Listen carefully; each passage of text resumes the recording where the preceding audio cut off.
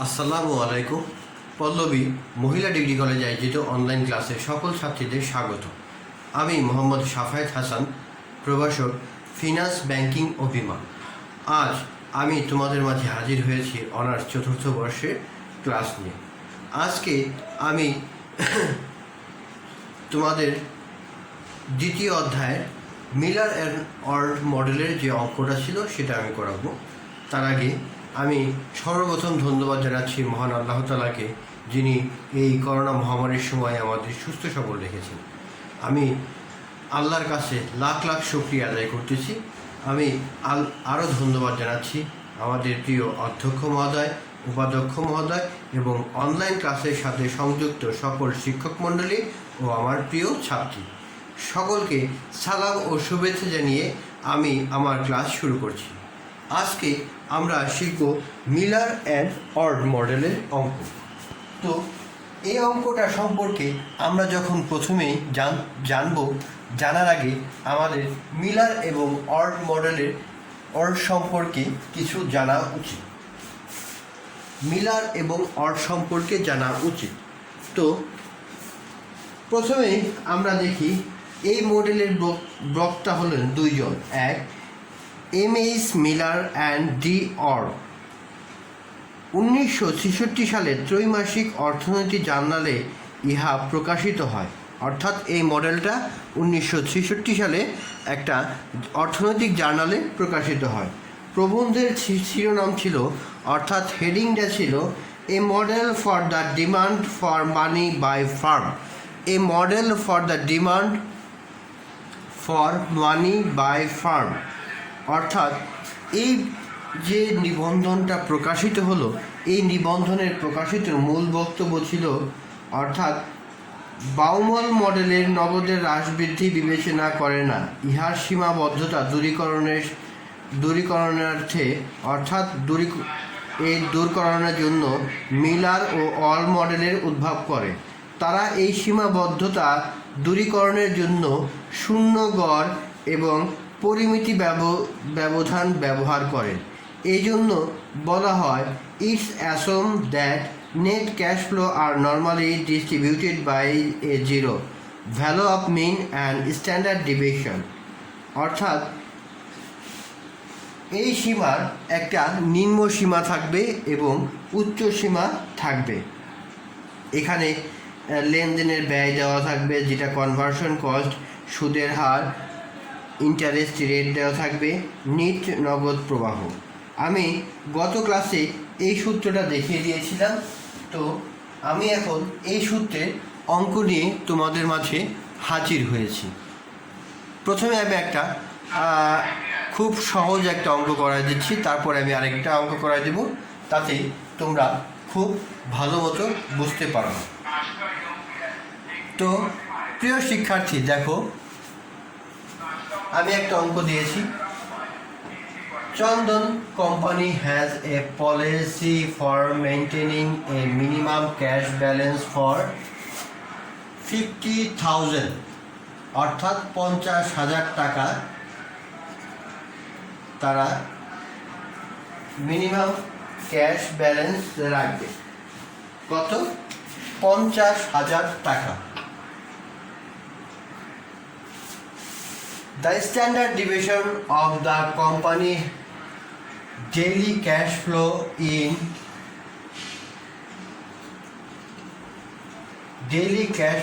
in টাকা 2000, অর্থাৎ 2000 টাকা করে তাদের 20,000 ডেইলি ক্যাশ ফ্লো ইন টাকা 20,000, অর্থাৎ কোম্পানির ডেইলি ক্যাশ ফ্লো হচ্ছে 20,000 টাকা। The amount interest rate is 15%. The transaction cost of buying of selling security is টাকা 50 পার ট্রানজ্যাকশন। 15 অর্থাৎ 15 টাকা পার ট্রানজ্যাকশনে সেটা কি হচ্ছে, ট্রানজ্যাকশন কস্ট হচ্ছে। রিকোয়ার্ড আমাদেরকে বের করতে হবে যে, অর্থাৎ মিলার অর্ড কোম্পানির যে সূত্রটা সেটা, তারপরে আপার limit, lower limit and average cash balance. এই চারটা আমাদেরকে বের করতে হবে এই অঙ্কের মাধ্যমে। তাহলে তোমরা একটু অঙ্কটা ভালো করে আরেকবার দেখো। Chandan company has a policy to maintain a minimum cash balance of টাকা 50,000. The standard deviation of company daily cash flow in 20,000. The annual interest rate is 15%. The transaction cost of the buying and selling security is 15 per transaction. Record অর্থাৎ আমাদেরকে করতে হবে জেডের মান বের করতে হবে, আপার লিমিটের মান বের করতে হবে, লোয়ার লিমিটের মান বের করতে হবে এবং অ্যাভারেজ ক্যাশ ব্যালেন্সটা বের করতে হবে। তো প্রিয় শিক্ষার্থী, প্রথমে আমরা জেডের মানটা বের করব।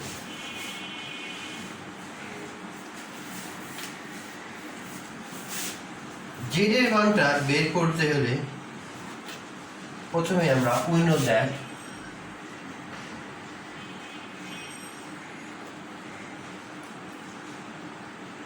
জেড সমান সমান, অর্থাৎ আগের ক্লাসে আমি এই অড অ্যান্ড অল এর মিলারের যে সূত্র সেটা নিয়ে আমি আলোচনা করেছিলাম।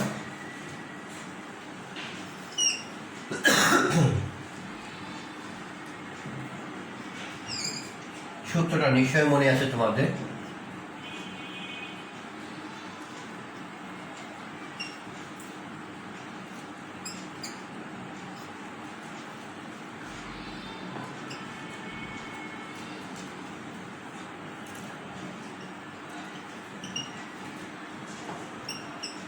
জেডের সূত্রটা আমরা খুব সহজেই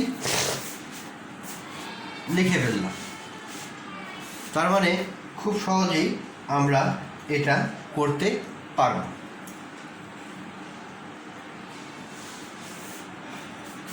তো আমরা সূত্রের আগে এখানে মান বসিয়ে নিই। প্রথমে দেখি সিগমার স্কয়ার মান কত আছে। দেখো এখানে যে কোম্পানি ডেইলি ক্যাশ ফ্লো আছে 20,000 টাকা, অর্থাৎ এই 20,000 টাকাই হবে প্রতিদিনের ক্যাশ ফ্লো। অর্থাৎ এই 20,000 টাকাই হবে কোম্পানির প্রতিদিনের ক্যাশ ফ্লো। তো এই 20,000 টাকার যখন আমরা স্কয়ার করব তখন এটা প্রায় 40 কোটি টাকা হয়ে যাবে।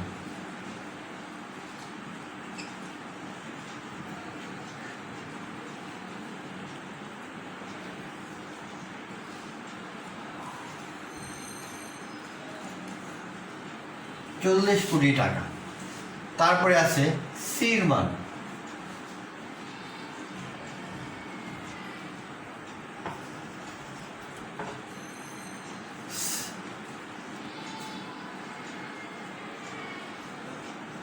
সির মানটা দেওয়া আছে, দেখো সির মান দেওয়া আছে 15 টাকা।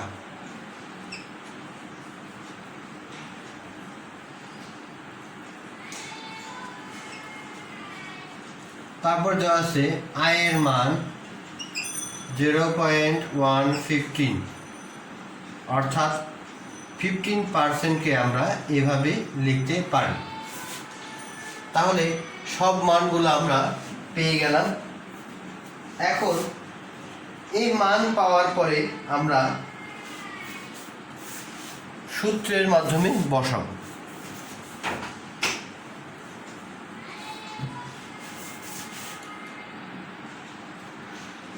তাহলে সূত্রের আমি বসাই। দেখো 3টা থাকবে, 3 মাল্টিপুল সির মান দেওয়া আছে 15 পূরণ 1 2 3 4 5 6 7 8 ডিভাইডেড 4, সূত্রের মান 4, আয়ের মান দেওয়া আছে 0.15 আর নিচে আছে 360। তোমরা এই অঙ্কটা অবশ্যই সাইন্টিফিক ক্যালকুলেটরে √3 যে মানটা দেওয়া আছে সেটা নিয়েই করবা, কারণ আমি সাইন্টিফিক ক্যালকুলেটরের মাধ্যমে এটা করেছি। এই কয়েকটা গুণ করলে আমরা পাচ্ছি, দেখো,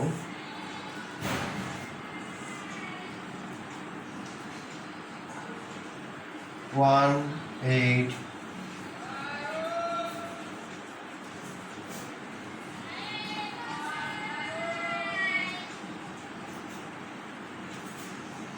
আঠারো কোটি।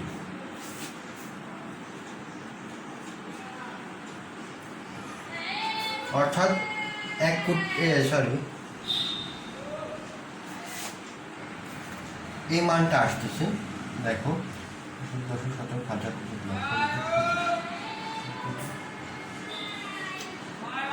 অর্থাৎ 180 কোটি আসতেছে। সূত্রের পর এইটার সমাধান আমি যদি ক্যালকুলেটরের মাধ্যমে করি, তাহলে এই সমাধানটা আমি এটার মান পাই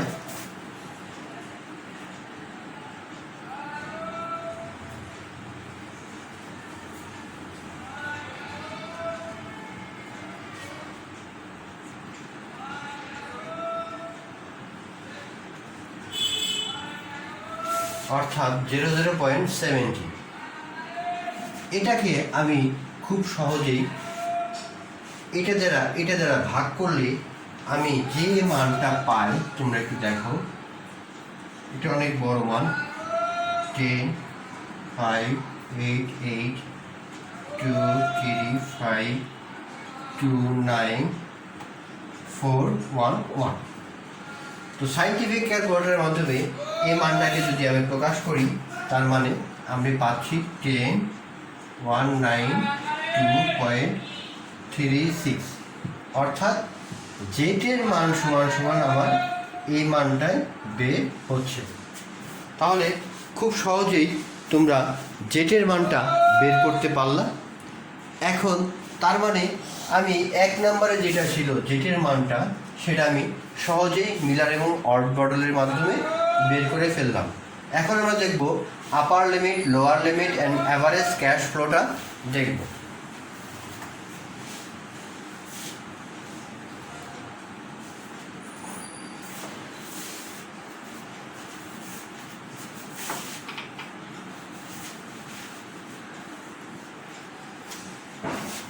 তো 2 নাম্বারটা আছে, দেখো,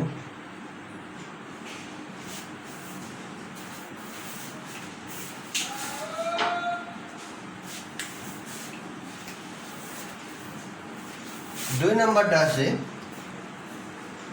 আপার limit.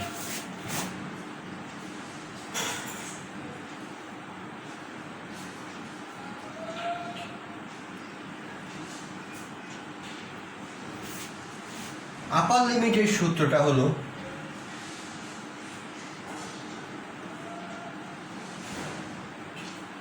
Lower limit plus 3j। এই সূত্রের মাধ্যমে আমরা খুব সহজেই বের করতে পারি। তো লোয়ার লিমিট আমাদের এখানে দেওয়া আছে, দেখো, 15,000 ক্যাশ ব্যালেন্স, মানে 50,000 টাকা রাখতেই হবে। তার মানে এটাই হলো আমার লিমিট, প্লাস 3 মাল্টিপুল জে। জের মান আমরা যেটা বের করলাম, যে 10,192।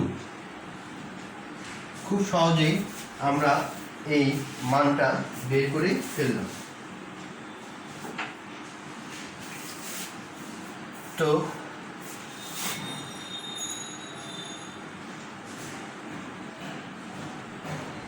এটা গুণ করে তার সাথে 50,000 যোগ করলে আমরা খুব সহজেই এটার মান পেয়ে যাই। তো 50,000 যোগ এটা গুণ করলে আমরা পাই 30,577.08। এটা যোগ করলে আমরা পাই 80,577.08। তার মানে খুব সহজেই আমরা আপার লিমিটটা পেয়ে গেলাম। 3 নাম্বার আছে লোয়ার। দেখো লোয়ার লিমিটটা মানে কি, মেইনটেনেন্স ক্যাশ ব্যালেন্স 15,000 টাকা, তার মানে এই 50,000 টাকাই হবে লোয়ার লিমিট। লাস্টে আছে দেখো average cash balance. Average cash ব্যালেন্সের আমরা সূত্রটা জানি।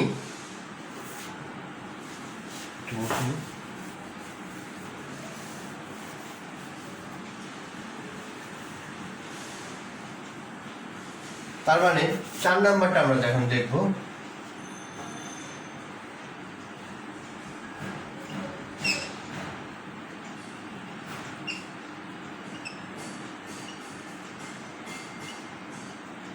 অ্যাভারেজ ক্যাশ ব্যালেন্সের যে সূত্রটা আছে তা হলো লোয়ার লিমিট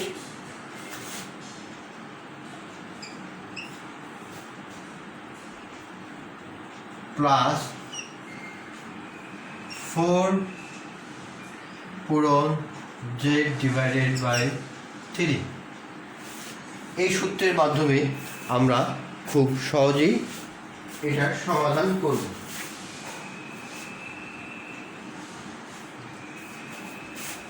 তো প্রিয় শিক্ষার্থী, দেখো লোয়ার লিমিট আমাদের 50,000 টাকা, 4 পূরণ জেটের মান আমরা পেয়েছিলাম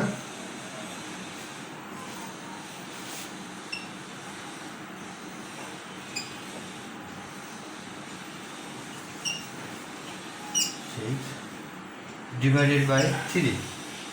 তো 50,000 যোগ এটার এখন সমাধান বা ক্যালকুলেটরের মাধ্যমে সমাধান করলে আমরা পাই 13,589.89। অর্থাৎ এটা যোগ করলে আমাদের আসে 63,500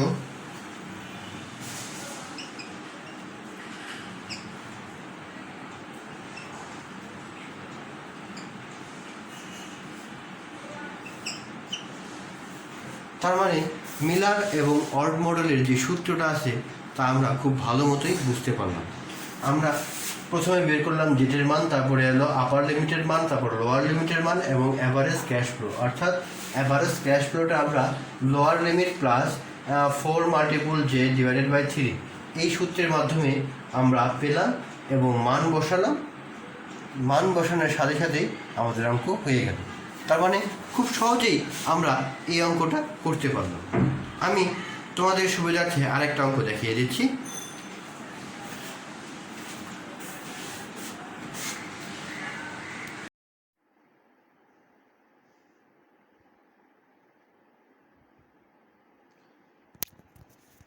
প্রিয় শিক্ষার্থী, তোমরা এখন 2 নম্বর অঙ্কটা ভালো মতো দেখো।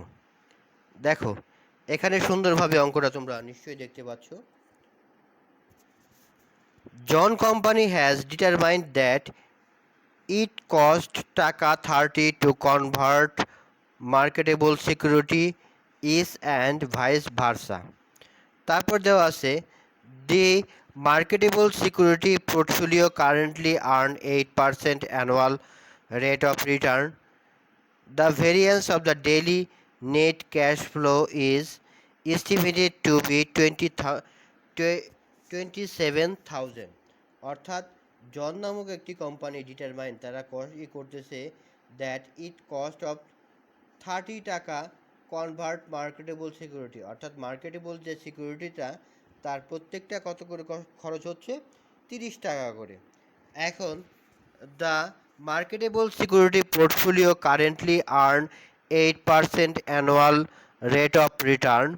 অর্থাৎ 8% হারে তারা অ্যানুয়ালি রেট অফ রিটার্নটা চাবে এবং the variance of the daily net cash flow is estimated to be 27,000।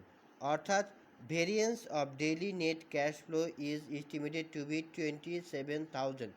অর্থাৎ গত অঙ্কে যে ডেইলিটা ছিল সেটা কিন্তু ভেরিয়েন্স বলা ছিল না, সেই জন্য সেখানে আমরা স্কোয়ার দিয়ে করেছি, কিন্তু যেহেতু এখানে দ্য ভেরিয়েন্সটা দেওয়াই আছে, তো প্রিয় শিক্ষার্থী আমরা খুব সহজেই এটা করতে পারবো।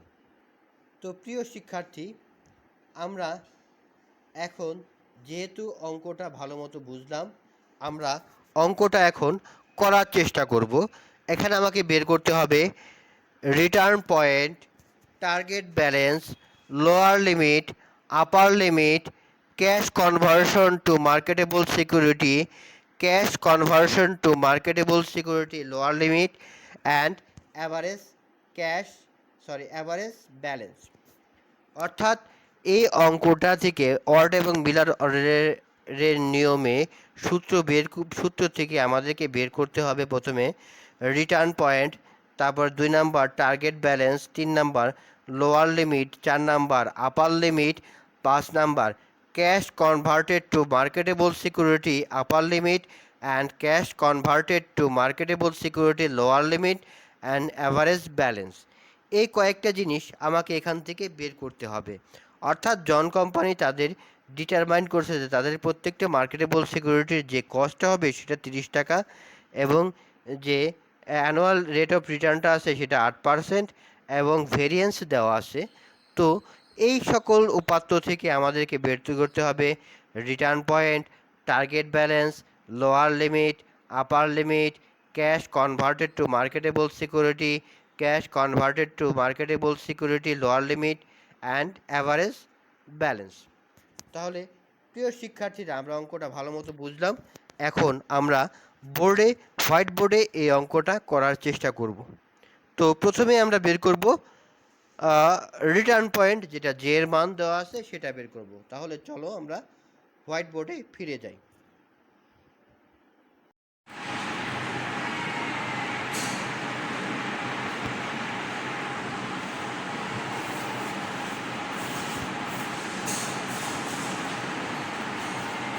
তো প্রিয় শিক্ষার্থী তোমরা এখন অঙ্কটা ভালো মতো দেখলে, দেখার পর আমি অঙ্কটা হোয়াইট বোর্ডে খুব সহজেই করে দিচ্ছি। তাহলে প্রথমেই 1 নম্বরে আমাকে কি ভর্তি করতে হবে? জেটের মান। আমরা জেটের মানটা খুব সহজেই বের করতে পারি।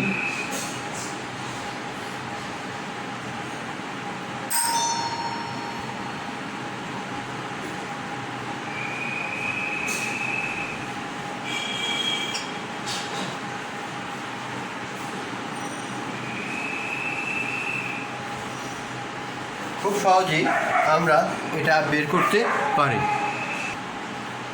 তো এই সূত্রটা আমরা জানি। তাহলে সূত্র অনুযায়ী প্রথমে সিগমার মান দেওয়া আছে কত সেটা আমরা দেখব। সিগমার মান দেওয়া আছে এখানে 27,000, যেটা আমি আগে বলেছি। সিগমা স্কোয়ারের মান 27,000 টাকা। তারপরে সির মান দেওয়া আছে 30 টাকা, কনভার্সন যেটা কস্ট, এবং আয়ের মান দেওয়া আছে 8%, অর্থাৎ আমরা এটাকে 0.08 ভাবেও লিখতে পারি। তো এই মানটা আমরা এখানে বসিয়ে অঙ্কটা করে ফেললেই আমরা জেটের মানটা পেয়ে যাব। 3 পূরণ 30 27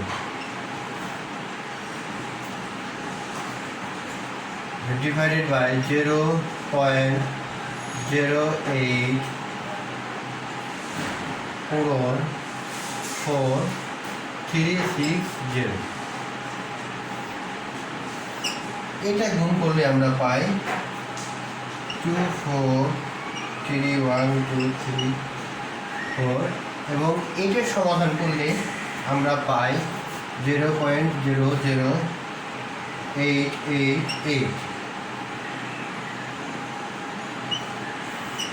এটা যা ভাগ করলে আমরা পাই 2736486486.48। আমি এটা সাইন্টিফিক ক্যালকুলেটরের মাধ্যমে বের করে নিয়েছি। এটার মানটা আমি বের করলে পাই 1398.72। তাহলে জেটের মানটা খুব সহজেই আমরা পেয়ে গেলাম, অর্থাৎ 1398.72, অর্থাৎ এই টাকাটাই হলো এই অঙ্কের জেটের মান। তো প্রিয় শিক্ষার্থী, আমরা এখন জেটের মানটা পেয়ে গেছি। জেটের মান পাওয়ার পরে আমরা বাদবাকি মানগুলো করার চেষ্টা করব। 2 নাম্বার ছিল টার্গেট ব্যালেন্স। টার্গেট ব্যালেন্সটা আমরা কিভাবে অঙ্কটা করব দেখো।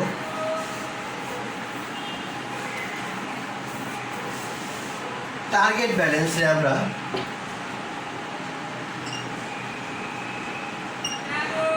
টিবি অর্থাৎ টার্গেট ব্যালেন্সটা আমরা এভাবে লিখতে পারি যে প্লাস এল। এল মানে লোয়ার লিমিট। এখানে লোয়ার লিমিটের কথা যেহেতু কোনো উল্লেখ নাই, তাহলে অবশ্যই আমরা 0 নেব, কারণ প্রথমে আমরা বললাম যে এটা 0 ধরে অঙ্কটা করতে হয় যদি আমার না থাকে। তার মানে টার্গেট ব্যালেন্স আমরা পারলাম, জেটের মান পেলাম 1398.72 প্লাস জেটের মান 0। তার মানে কি হচ্ছে 1398.72। এটাই হলো টার্গেট ব্যালেন্স, 2 নম্বরের অ্যান্সার। তার মানে খুব সহজেই তোমরা ভালো মতো 2 নাম্বারটা বুঝতে পারো। তো 2 নাম্বারের পরে আমরা এখন যাব 3 নাম্বারে কি লেখা আছে। 3 নাম্বারে দেওয়া আছে লোয়ার লিমিট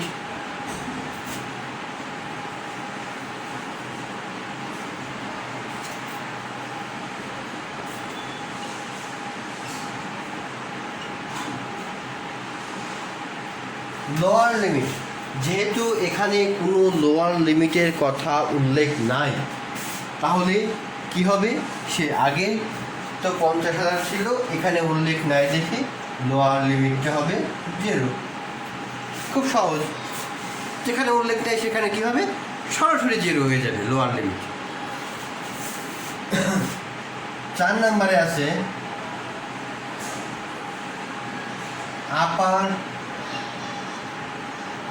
আপার লিমিট। আপার লিমিটের সাথে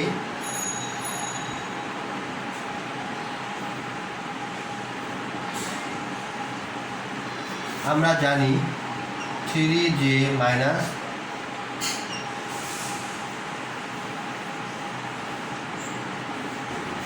3j মাইনাস লোয়ার লিমিট, এটাই হলো আপার লিমিটের সূত্র। তাহলে আপার লিমিটেডের যে সূত্রটা ছিল সেটা আমরা কিন্তু আগেই করে দিয়েছি। লোয়ার লিমিটের সূত্রটা জানলাম, তাহলে আপার লিমিটের বদলে 3 মাল্টিপল জের মান আছে 1398.72 মাইনাস 0, কারণ লোয়ার লিমিটটা 0 এসেছে। তো এইটা গুণ করলে আমরা পাই 4196.16।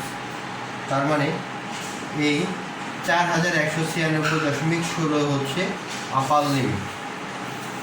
আপার লিমিট তাহলে খুব সহজেই আমরা 2, 3, 4 নাম্বার করে ফেললাম। এখন দেখি 5 নাম্বারে কি বলেছে আমাদের।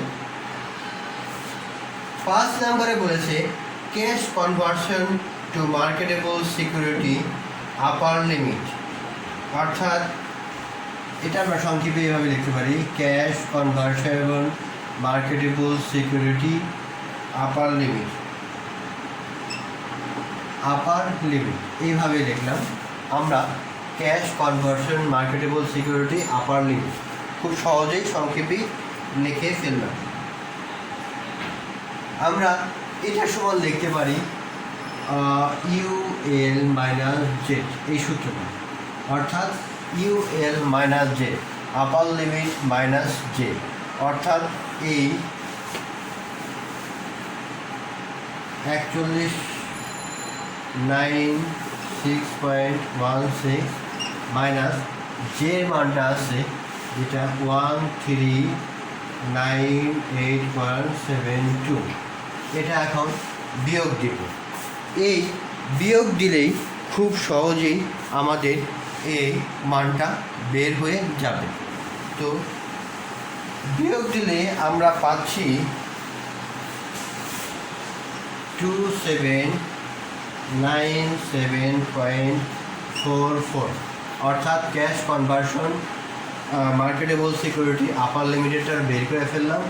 তারপরে আসে হলো 6 number, cash conversion marketable security এর লোয়ার লিমিট। এই সূত্রটা আমরা জানি যে মাইনাস লোয়ার জেটের মান দেওয়া আছে 398.72 মাইনাস যে লোয়ার লিমিট দেওয়া আছে কত 0। তার মানে এখানে আমার মান বের হচ্ছে কত 398.72।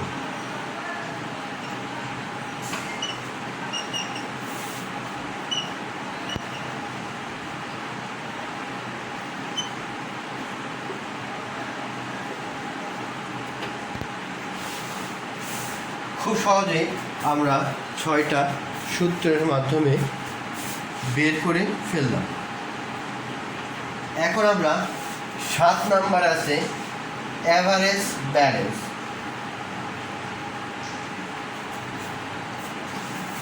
এই অ্যাভারেজ ব্যালেন্স সম্পর্কে আমরা এখন জানব।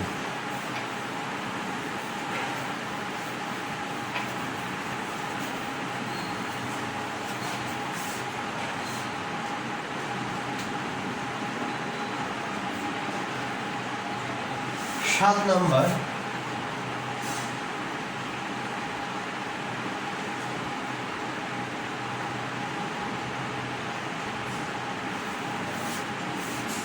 অ্যাভারেজ ব্যালেন্সের সূত্রটা আমরা জানি lower limit plus 4J minus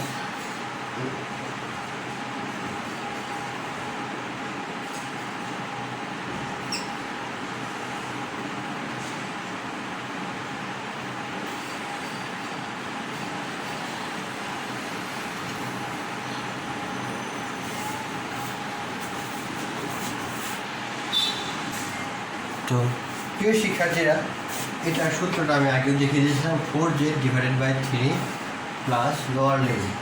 যেহেতু আমার এখানে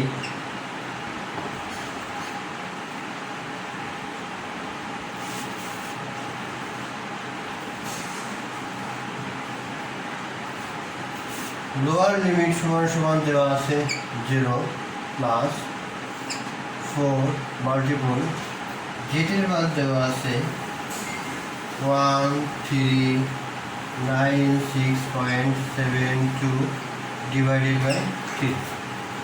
তার মানে এটা গুণ করতে হবে। প্রথমে আমাকে গুণ করার পরে 3 দ্বারা ভাগ করতে হবে। যেহেতু 0 সাথে যোগ করলে যা আছে তাই হবে, তার মানে আমি সরাসরি এই মানটা বসাতে পারি 1864.96। এটাই হলো অ্যান্সার, অ্যাভারেজ ব্যালেন্সের অ্যান্সার। তার মানে খুব সহজেই তোমরা এই অঙ্কটা ভালো মতো বুঝতে পেরেছো আশা করি নিশ্চয়ই। তো প্রিয়